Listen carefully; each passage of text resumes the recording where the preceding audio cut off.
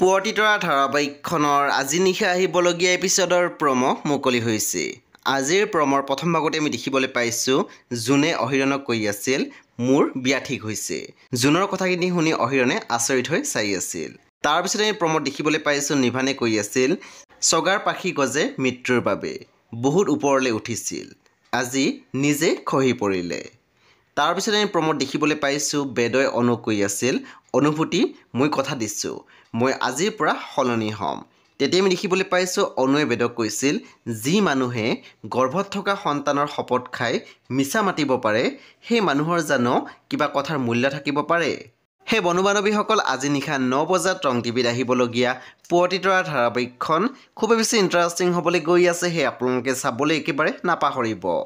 পৰৱৰ্তী আপডেটৰ বাবে আপোনালোকে মোৰ চেনেলটো ছাবস্ক্ৰাইব কৰি কাষত থকা বেল আইকন টিপি দিবলৈ একেবাৰে নাপাহৰিব আৰু প্লিজ আপোনালোকে মোৰ ভিডিঅ' এটা লাইক কৰি দিব।